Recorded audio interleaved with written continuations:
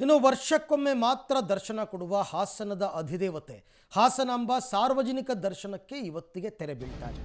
ಇವತ್ತು ರಾತ್ರಿ ಮುಕ್ತಾಯ, ನಾಳೆ ಶಾಸ್ತ್ರೋಕ್ತವಾಗಿ ಬಾಗಿಲು ಹಾಕಲಾಗುತ್ತೆ. ಇವತ್ತು ಸಂಜೆ 7 ಗಂಟೆಯವರೆಗೆ ಮಾತ್ರ ಹಾಸನಾಂಬೆಯ ಸಾರ್ವಜನಿಕ ದರ್ಶನ ಇರುತ್ತೆ. ಬೆಳಿಗ್ಗೆಯಿಂದಲೇ ಇವತ್ತು ದೇಗುಲಕ್ಕೆ ಹರಿದು ಬರ್ತಾ ಇದೆ ಭಕ್ತ ಸಾಗರ. ಧರ್ಮ ದರ್ಶನ 1000 ರೂಪಾಯಿ, 300 ರೂಪಾಯಿ ಟಿಕೆಟ್. ಈ ದರ್ಶನದ ಸಾಲಿನಲ್ಲಿ ಜನಸಂದಣಿ ಇದೆ. ಸಂಜೆ 7ರಿಂದ ಮಧ್ಯರಾತ್ರಿ 12 ಗಂಟೆಯವರೆಗೆ ಗರ್ಭಗುಡಿಯ ಬಾಗಿಲು ಬಂದ್ ಮಾಡಲಾಗುತ್ತೆ. ಮಧ್ಯರಾತ್ರಿ 12 ಗಂಟೆಯಿಂದ ನಾಳೆ ಬೆಳಗ್ಗೆ 5 ಗಂಟೆ ತನಕನೂ ಸ್ಥಳೀಯರಿಗೆ ದರ್ಶನ ಕೊಡ್ತಾರೆ.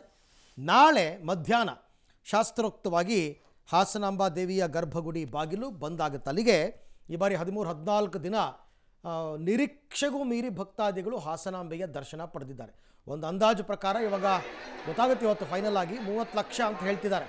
ಟೋಟಲಿ 30 ಲಕ್ಷ ಜನ ಬಂದು ದೇವರ ದರ್ಶನ ಪಡೆದಿದ್ದಾರೆ. ಸಾರ್ವಜನಿಕರು, VIP ಗಳು, VVIPಗಳು, ಆಮೇಲೆ ದೇವಸ್ಥಾನದ ಆಡಳಿತ ಮಂಡಳಿಗೆ ಅಪಾರ ಪ್ರಮಾಣದಲ್ಲಿ ಹಣ ಹರಿದು ಬಂದಿದೆ. 25-30 ಕೋಟಿ ತನಕ ದುಡ್ಡು ಬಂದಿದೆ. ಎಲ್ಲವೂ ಕೂಡ ಚೆನ್ನಾಗಿ ನಡೆದಿದೆ.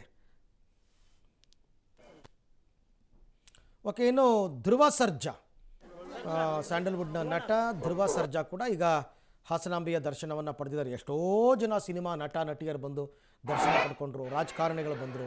ಗೊತ್ತಿಲ್ಲ, ಇವತ್ತು ಕೆಲವರೆಲ್ಲರೂ ಕೂಡ ಹಬ್ಬ ಇರೋದ್ರಿಂದ ರಜೆ ಇದೆ, ತುಂಬ ಜನ ಬರಬಹುದು.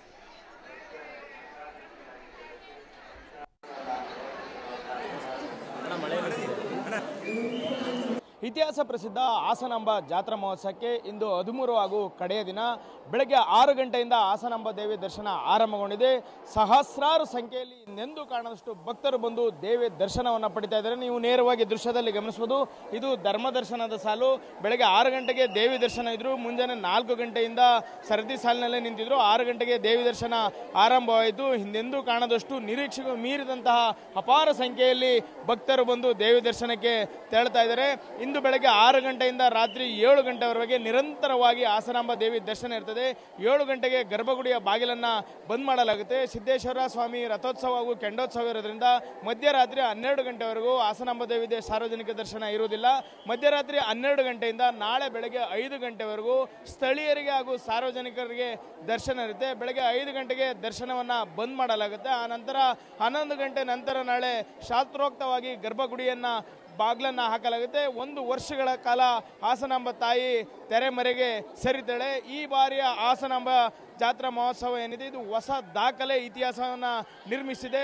ಸರಿಸುಮಾರು 13 ದಿನಗಳಲ್ಲಿ ಇಂದಿನ ಬೆಳಗ್ಗೆವರೆಗೂ ಸೇರಿ 26 ಲಕ್ಷಕ್ಕೂ ಹೆಚ್ಚು ಮಂದಿ ಹಾಸನಾಂಬ ದೇವಿಯ ದರ್ಶನವನ್ನು ಪಡೆದರೆ 21 ಕೋಟಿಗೂ ಎಷ್ಟು ರು, 1000 ರು, 300 ರು ಹಾಗೂ ಲಾಡು ಪ್ರಸಾದ ಮಾರಾಟದಿಂದ ಸಂಗ್ರಹವಾಗಿದೆ. ಇದು ಹಾಸನಾಂಬ ಇತಿಹಾಸದಲ್ಲಿ ಒಂದು ದೊಡ್ಡ ದಾಖಲೆಯನ್ನು ನಿರ್ಮಿಸಿದೆ.